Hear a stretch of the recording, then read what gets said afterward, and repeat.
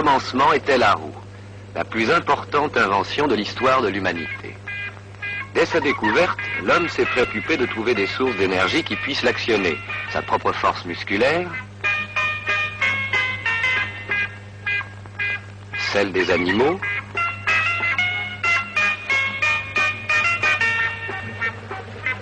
et puis ce fut l'automobile. Pour la première fois, le muscle était remplacé par une machine dans la propulsion d'un véhicule. L'automobile créait sa propre énergie. Mais produire l'énergie n'était pas suffisant. Encore fallait-il la transmettre aux roues. Watt découvrit la solution en appliquant à la machine à vapeur le système du traditionnel rouet, dans lequel une impulsion rectiligne alternative est transformée en mouvement circulaire. C'est le système bielle-manivelle. L'énergie produite fait aller et venir un piston dans un cylindre. Mouvement linéaire que la bielle permet de transformer en mouvement rotatif. Bien sûr, il serait beaucoup plus simple de se passer de la bielle et de produire dès l'origine le mouvement dont on a besoin pour actionner les roues. Beaucoup s'y essayèrent. Dès le XVIe siècle, l'Italien Ramelli décrit le principe d'une pompe actionnée par un piston rotatif. 1636, l'Allemand Pappenheim invente la pompe à engrenage à mouvement circulaire.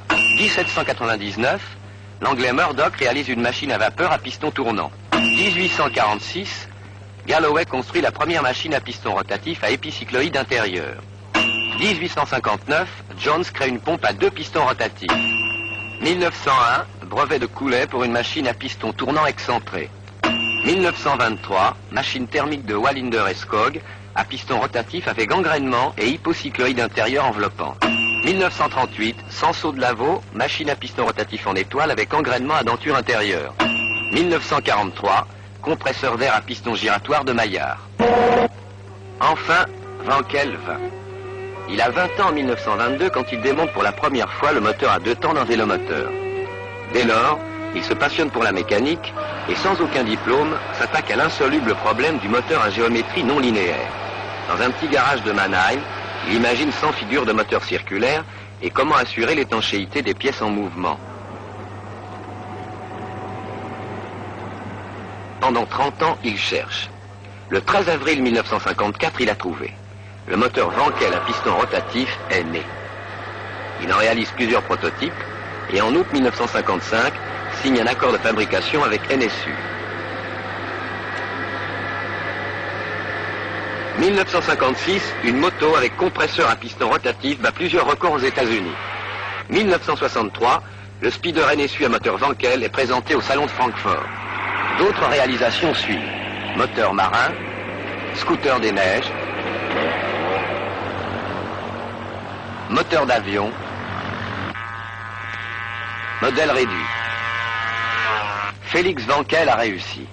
Grâce à lui, le moteur à piston rotatif est devenu réalité. Un moteur qui tourne rond. Il est désormais possible de produire à la source le mouvement rotatif uniforme dont on a besoin. Comment ? Faire tourner le piston de forme triangulaire, appelé rotor, dans un cercle parfait, ne serait pas une solution, car il n'y aurait aucune variation du volume des chambres délimitées par le cercle et chacune des faces du rotor. Il faut donner à l'enveloppe fixe, appelée stator, la forme d'une courbe nommée épitrochoïde, à l'intérieur de laquelle le rotor tourne sur un axe excentré. Ainsi, les côtés du rotor s'écartent et se rapprochent de cette courbe en créant des chambres à volume variable. Il devient donc possible de compresser le mélange gazeux après son admission et d'y produire une explosion détente, c'est-à-dire un temps moteur. En un tour complet du rotor, chacune de ces faces accomplit les 4 temps du moteur à explosion. Admission des gaz, compression, explosion détente, échappement. Mais ce qui est intéressant, c'est que puisqu'il y a 3 phases du rotor à chaque tour de celui-ci, il se produit 3 admissions, 3 compressions, 3 explosions détente et 3 échappements. En d'autres termes, en un seul tour de rotor, on a 3 cycles moteurs complets. C'est ce qui explique le fonctionnement silencieux souple, sans secousse ni à-coups, du moteur à piston rotatif. Il a bien d'autres avantages. Taux de remplissage élevé, pas de soupape, bon écoulement des gaz, équilibrage parfait, encombrement réduit et aussi simplicité. Comparez. À gauche, vous voyez les pièces d'un moteur à double piston rotatif. À droite, celle d'un moteur classique à 4 cylindres.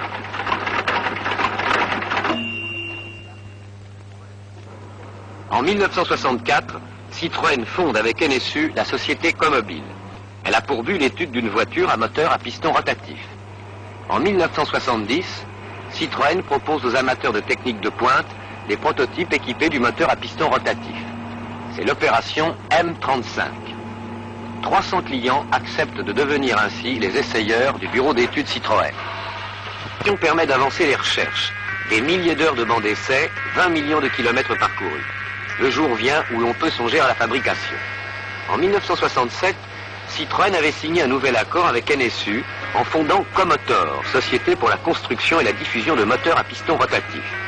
L'usine se trouve à Altfortweiler dans la Sarre. Le travail d'extrême précision en série y est de rigueur.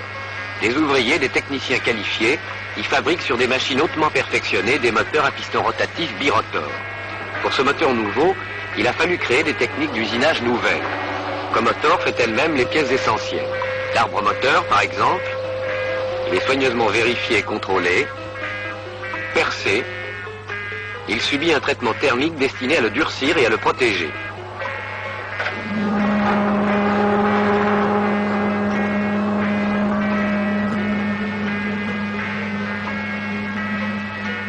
Enfin, on achève de l'usiner. Il faut 34 opérations pour fabriquer un rotor. Les machines spéciales lui donnent sa forme au micron près.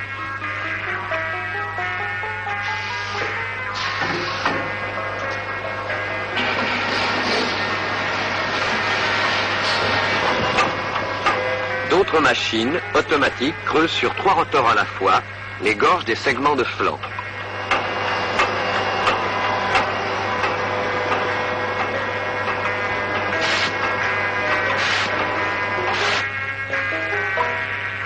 Les contrôles portent sur près de 200 points. Le contrôle de la parfaite étanchéité est l'un des plus importants.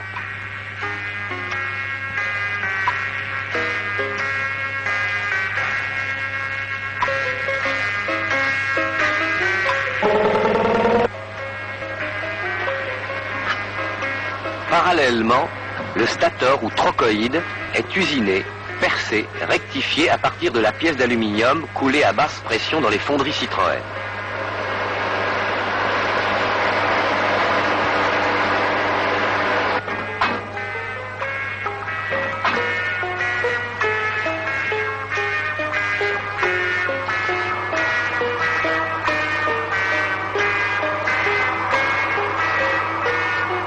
En cours d'usinage, avant et après traitement spécifique, cette pièce subit 40 vérifications systématiques. Les différentes pièces du moteur doivent toutes présenter un état de surface parfait.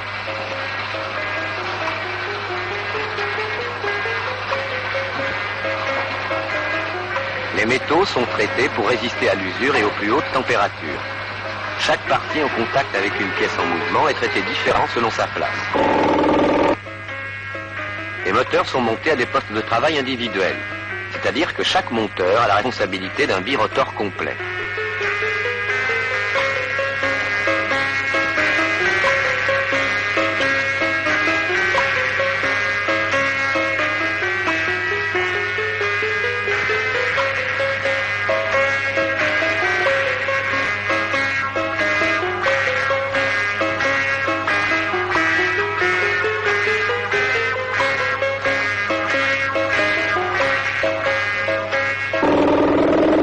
Après quoi, les moteurs sont essayés sur bord dans des cabines insonorisées. Chaque moteur tourne pendant 35 minutes à un régime variant de 1200 à 5500 tours minute. On contrôle non seulement la puissance, le couple,